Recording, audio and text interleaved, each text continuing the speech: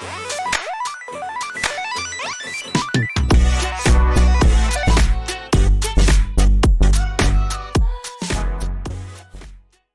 good evening and welcome to World Changers Bible Study.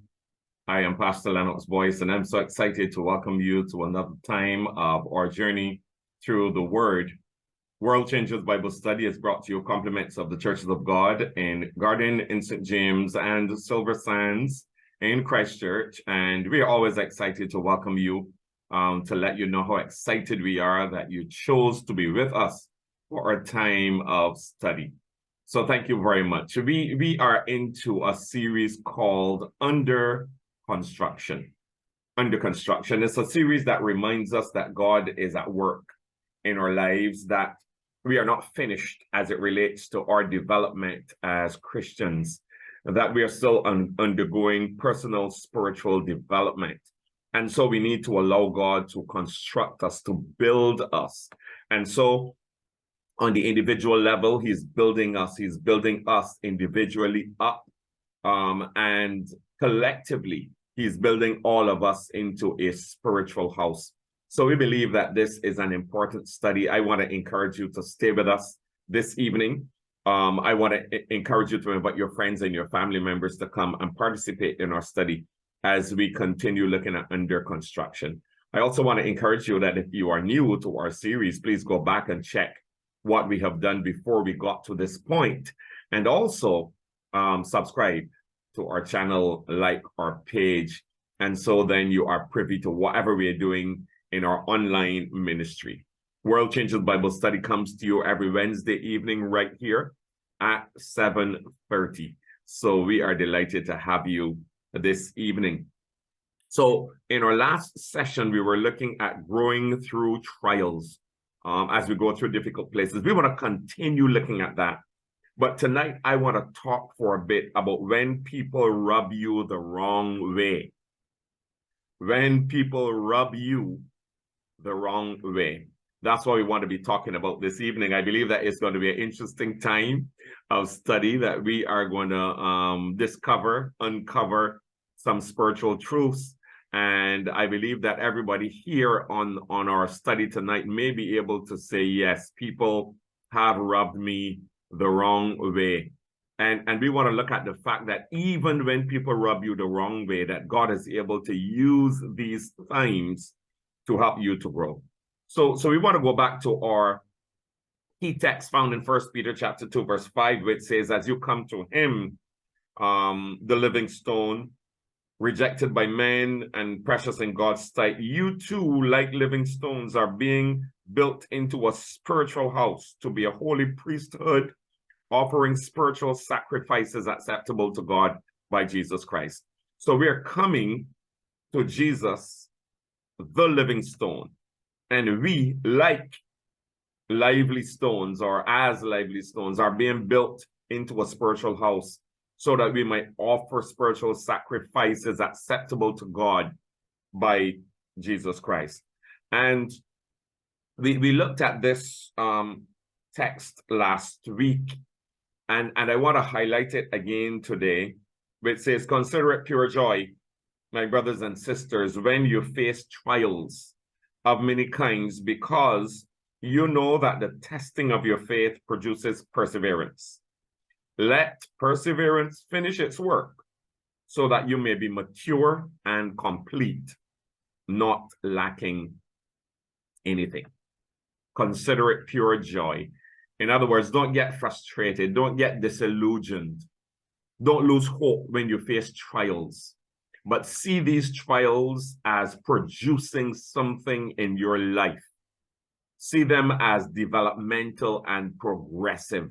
Because James is here saying, even through these trials, God is able to finish his work in your life, to mature you and help you to become complete in your faith, not lacking anything. So we want to talk for a little bit about what does it mean when people rub you the wrong way? What does that mean? What does that really mean when we're saying that people rub you the wrong way? Now, when we talk about people rubbing us the wrong way, we're talking about those people who seek to irritate us, people who get on your nerves, who challenge your way of thinking, by consistently opposing you. I'm not sure if you have people like this around you or in your life, people that you interact with, maybe in your sphere of influence, but persons always seem to want to irritate you. They get on your nerves, they get under your skin. They somehow feel that they have to compete with you. Their personalities clash with your personality because you are so different. And then there are those who seem to intentionally try to make you miserable. They intentionally try to make you miserable. So sandpaper people are everywhere. And there's a reason why we're calling them sandpaper people. Because in the same way that sandpaper has a rough edge that can irritate anything that it rubs on, we are saying that very often when the sandpaper is applied, the end result is a kind of polishing, is a kind of refining. And we are saying that in the same way that sandpaper has that kind of effect on wood, we are saying that these difficult people, God can use them to help us to grow, to help us to glow, to help us to develop, to help us to become the people that he wants us to be. So sandpaper people, they're everywhere in the world. If you're human, you're living on the earth, and you're not a hermit, maybe living somewhere in a cave in the middle of the woods. You always seem to have a way of interacting with people.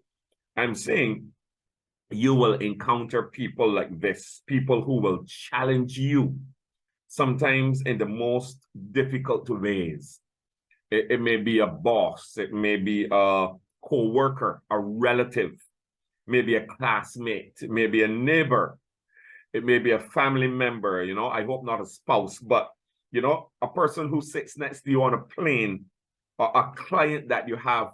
People everywhere or anywhere can become people who irritate you. You can be the nicest, most agreeable person in the world, and yet chances are that you will encounter somebody in life who intentionally or unintentionally rubs you the wrong way. That's the reality of life, the reality of life. It doesn't matter how nice you are. There are people who can find a way to irritate you. I'm not sure if there are those persons who you see them somewhere. And maybe those of you who are listening can type, I have.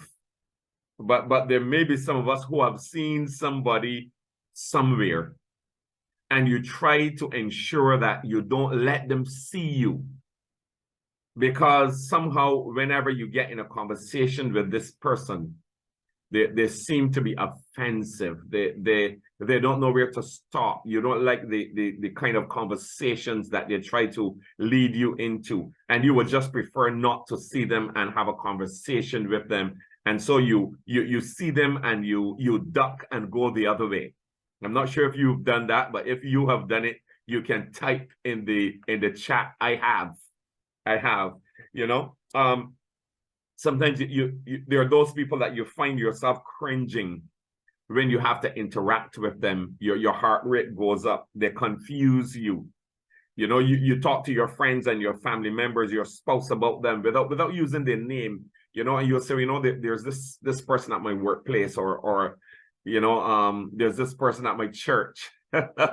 or there's this person, that I encounter very often in the community, and somehow this person just seems to rub me the wrong way. I just don't get them. How could they possibly say things like that? These are the people that can sometimes cause you some sleepless nights when you have to interact with them. But remember that God can use these people to refine you. This is part of growing through trials. And we are saying, yes, we can grow through trials. We can grow through difficult places. So we can either let people make our lives miserable, or we can let our experiences with them refine us into better people. So I want us to imagine tonight that each of us is like an uncut diamond. All the potential is there for the beauty of the diamond. We are valuable and unique, but we start out rough and unrefined. We have the beauty inside of us, and it gradually gets revealed as the seasons of life wear upon us and challenge us to grow and change. And this is what happens in the life of a diamond. It is only when it is challenged, when it is roughed up a little bit, that the real beauty of the diamond begins to emerge. What we are saying tonight is that sometimes these rough places, these tough times, have a way of helping us to grow. In this same chapter, the Apostle Peter talks about becoming like gold that is tried in the fire, that is refined. And so the fires of life allow us to be purified, just like when the unrefined gold is tested in the fire. He's saying that we too, when we go through our fiery trials, we come out like pure gold. So we are saying, if we are coming out like gold, it's suggesting that we are being refined, we are being developed. That's why we talk about the refiner's fire. So we are growing even in our difficult times, our times of trial, we are beginning to grow.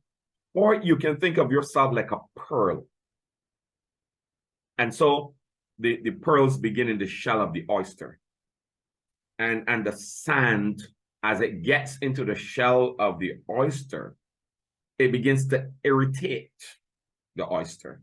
And so as the oyster sends out a kind of substance to coat these grains of sand, and the sand continues to irritate the oyster, but the oyster sends out this substance to coat the grains of sand. More and more, these grains of sand develop into pearls, That's the process of the pearl. And so, yes, there are those persons who irritate you. I know they exist. They do exist. People who irritate you, but think of yourself like a pearl that's being developed, even in those rough times. Think of yourself like gold that is being tried in the fire. Think of yourself as an uncut diamond, and God is using these rough times to fully develop you. So, of course, we're going to encounter circumstances that cause friction and discomfort. And, you know, these experiences are uncomfortable. They are painful. But there are times when in our lives we look back, and in hindsight, we see that we've learned from these experiences. And if you've learned from them, it means that they've caused you to grow. We look back and we see that we are now wiser. We are more experienced. We are smarter. We are more mature than we were before. And like I said in our last session, we grow from Bible study. We grow from prayer. We grow from fellowshipping with believers. We grow in a lot of ways, but there are ways where we don't grow unless we meet some challenges along the way. So it is the frictions of life that polish us in different ways, different facets, that reveal our inner beauty and that develop our inner strength. And of course, these frictions, these challenges in life often come in the form of people. These challenges in life come in the form of people that challenge us. And I want to say that there are a lot of positives to this. There are people who challenge us, who provide friction for us in positive ways from the outset. People like mentors, who will challenge us to do more and to be more. You know, a person who will say, no, that's not good enough. You need to try harder. Somebody like a coach can sometimes be a person who pushes us past our limits, who tries to get us out of our comfort zone and tries to help us to do better. There are times when family members and friends and peers provide those challenges and those frictions, but their intent is for us to grow, for us to do better. You know, the people who run alongside us in life and see potential in us and want to push us when we don't want to push ourselves, who want to motivate us and encourage us to strive to become better and greater and more than we currently are. But then there are those difficult people who seem to intentionally provide friction even when no friction seems to be needed, who can't seem to help but provide friction. However, I believe that if we only spent time with persons who are kind and helpful and nice and sweet, who agreed with us on everything that we say, never challenges our opinions or our positions, life would be smooth, of course, but there will be no friction and there would be no growth. There are areas of our lives where we will never grow until we meet some trials of one kind or another. So friction is an opportunity for growth. Whether the growth happens or not depends on how we respond to the friction. So I want to say to you tonight, don't lose hope when people are rubbing you the wrong way. Believe that this too is developmental. You don't lose in terms of yourself, in terms of your value. You don't lose when people rub you the wrong way. Because a diamond is still hard and strong when it is polished. It just looks better. It just glows better. And so when people rub you the wrong way, it means that God is able to use this to refine you and make you complete. No experience is wasted on the child of God, because the enemy means it for evil, but God is able to turn it around and use it for your good. That's the beauty of the God that we serve. That's the omniscience of the God that we serve. Your neighbor may mean something for evil, but God uses it for your good. You know what? You know why you glow? Because Christian character shines forth even in the most difficult places. We see the character. We see the image of Jesus being displayed in our lives when we go through our tough times. So when the joiner rubs the chair with the sandpaper until it glows, and he can see his image in his finished product, there's a school of thought that says that God sometimes rubs us until he can see his image in us. So don't bother about difficult people. Remember that they can be used by God to even develop us further. So the Bible tells us, consider it pure joy, my brothers. Consider it pure joy when you face trials of many kinds, because the testing of your faith produces patience, perseverance. Let perseverance finish its work, so that you may be mature and complete, not lacking anything. Not lacking anything. So friction is an opportunity for growth. Consider it pure joy. Consider it pure joy. Rejoice, even in the face of trials. You know, give God praise. Lord, I thank you for the trial. You may be teaching me something here. I'm willing to learn it. Romans 3:5 says, continues the theme of trials being developmental. It says, not only so, but we glory in tribulations, Also, knowing that tribulation works, it works patience. Patience works experience or endurance. Experience works hope, and hope maketh not ashamed, because the love of God is shed abroad in our hearts by the Holy Ghost, which is given unto us. So trials build greater character in us, make us better, make us stronger, make us wiser, make us more emotionally mature and emotionally aware. And recently, you know, I shared at church in a sermon that I have a former lecturer who would sometimes, you know, meet me when I was studying, and I would say to him, well, how are you doing? And he would say, Brother Lennox, I am having a character building day. So he saw trials and difficult times as building character in him. And I thought that was so beautiful, such a beautiful lesson. And if we could, you know, just take this in perspective and say, when we're going through tough times, thank you, Lord, for building character in me. I want to grow from this.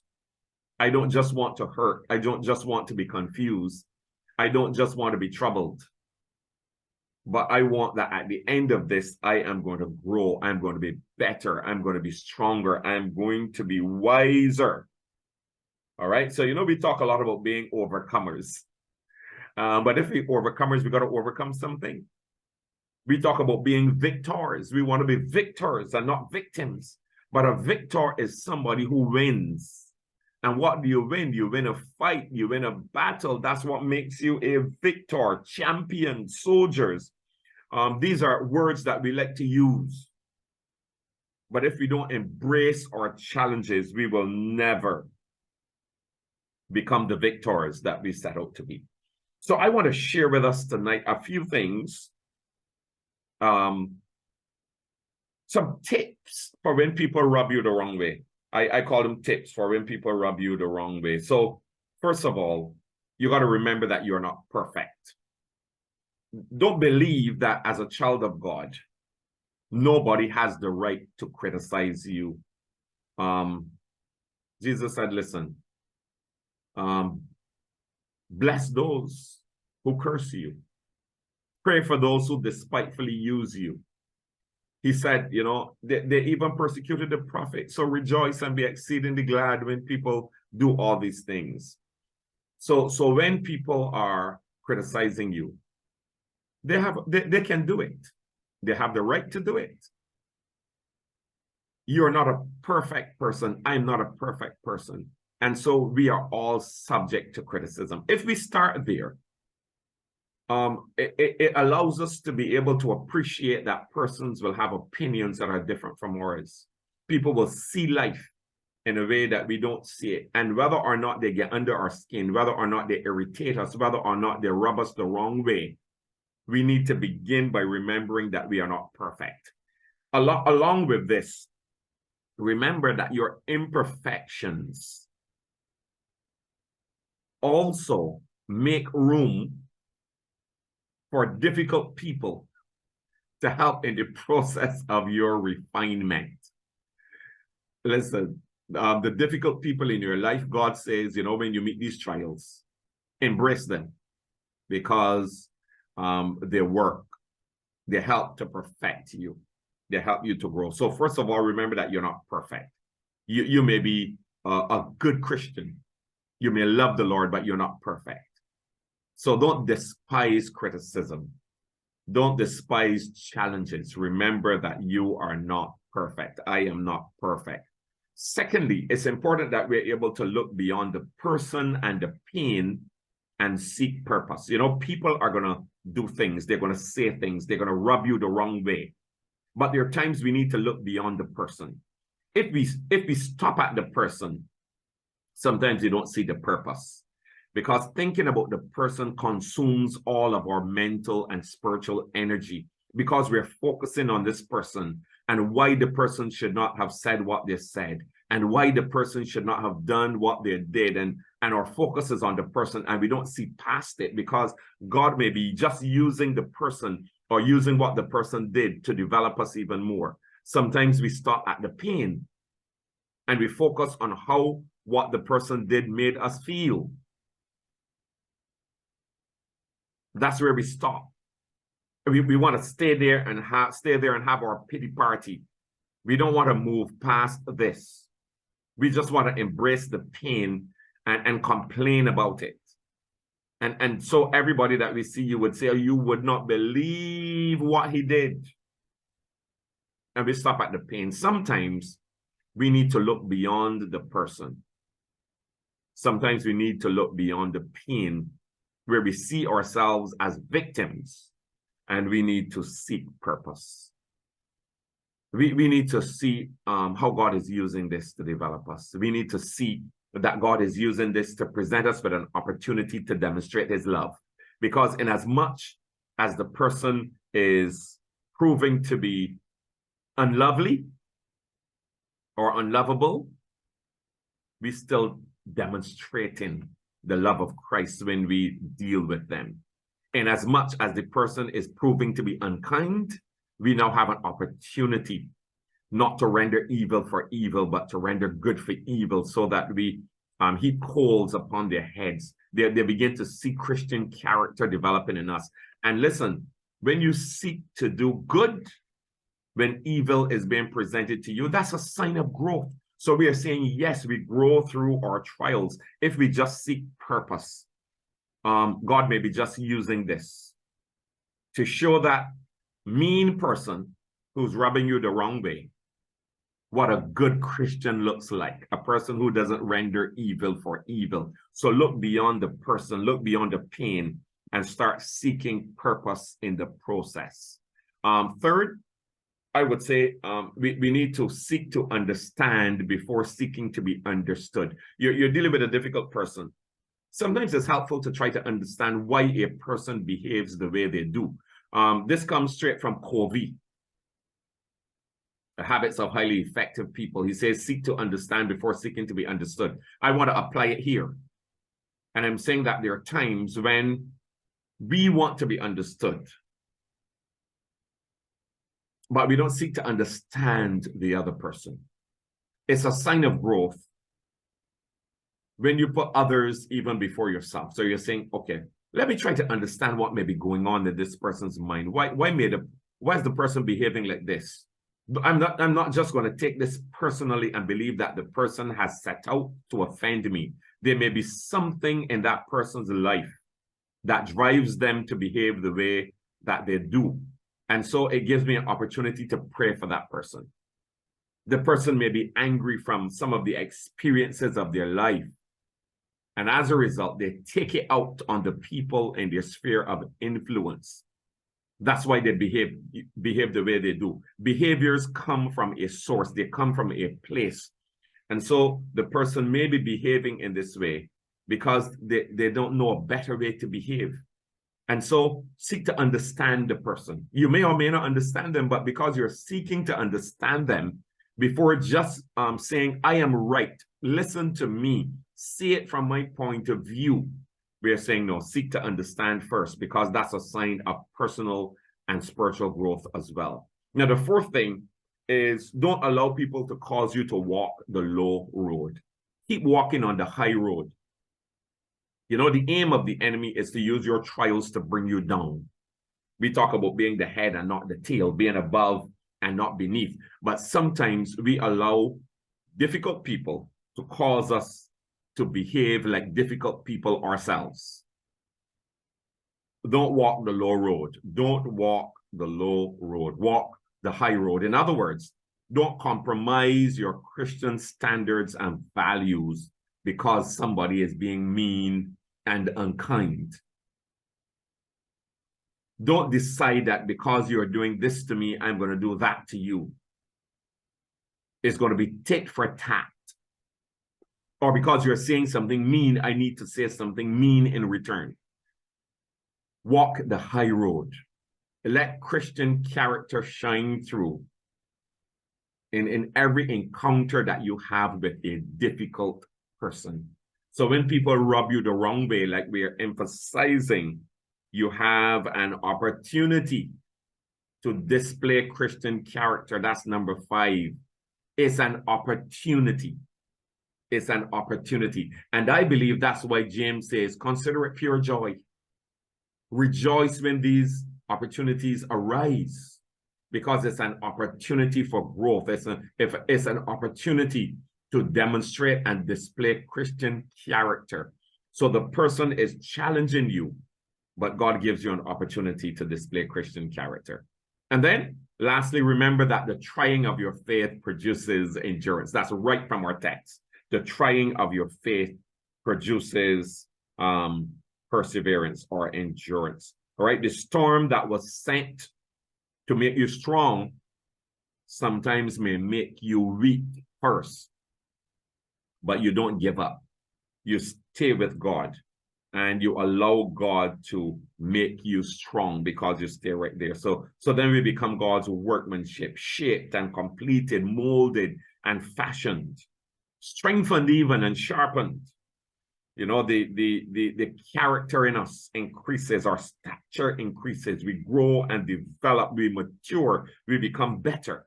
Because I believe that whatever is going to be great needs to be tested. Remember when Joseph was tested in his journey from his home with his brothers who tested him and challenged him and rubbed him the wrong way. He rubbed them the wrong way sometimes too, if I may say that, you know, and then going to Egypt and going to Potiphar's house, and then Potiphar's wife rubbed him the wrong way, and then he was thrown into prison. You are usually rubbed the wrong way in prison as well. But all the difficulties in his life became enablers. Rubbed the wrong way, but God is refining him because he's bringing him to a place of prominence. And sometimes in our lives, you know, the people that rub us the wrong way are just being used to bring us to our place of prominence, so that we are turning trials into triumphs. That's growth. Stumbling blocks then become stepping stones. It's like preparation. God is preparing us, and there are times when God has an assignment for us. And one of the only ways that we get ready for that assignment is to have some opposition. You know, when people challenge us, we realize that God can use that to prepare us for something that is even greater. So Jesus told his disciples, blessed are you when people insult you, persecute you, and falsely say all kinds of evil things against you because of me. Rejoice and be glad, for great is your reward in heaven. In the same way they persecuted the prophets who were before you. But as it is written, no eye has seen, no ear has heard, nor the heart of man imagined what God has prepared for those who love him. What the devil means for evil, my friends, God can use for your good. So I want to thank you so much for joining us this evening for World Changers Bible Study. When people rub you the wrong way, people will rub you the wrong way. But I'm saying, even when people rub you the wrong way, God can use those circumstances to refine you, to perfect you, to help you to grow and develop. So we need to approach our trials with the mindset that God, you can use this to develop me. Lord, you can use this to help me to grow. And so I'm going to embrace this challenge and believe that there is purpose in what you are doing.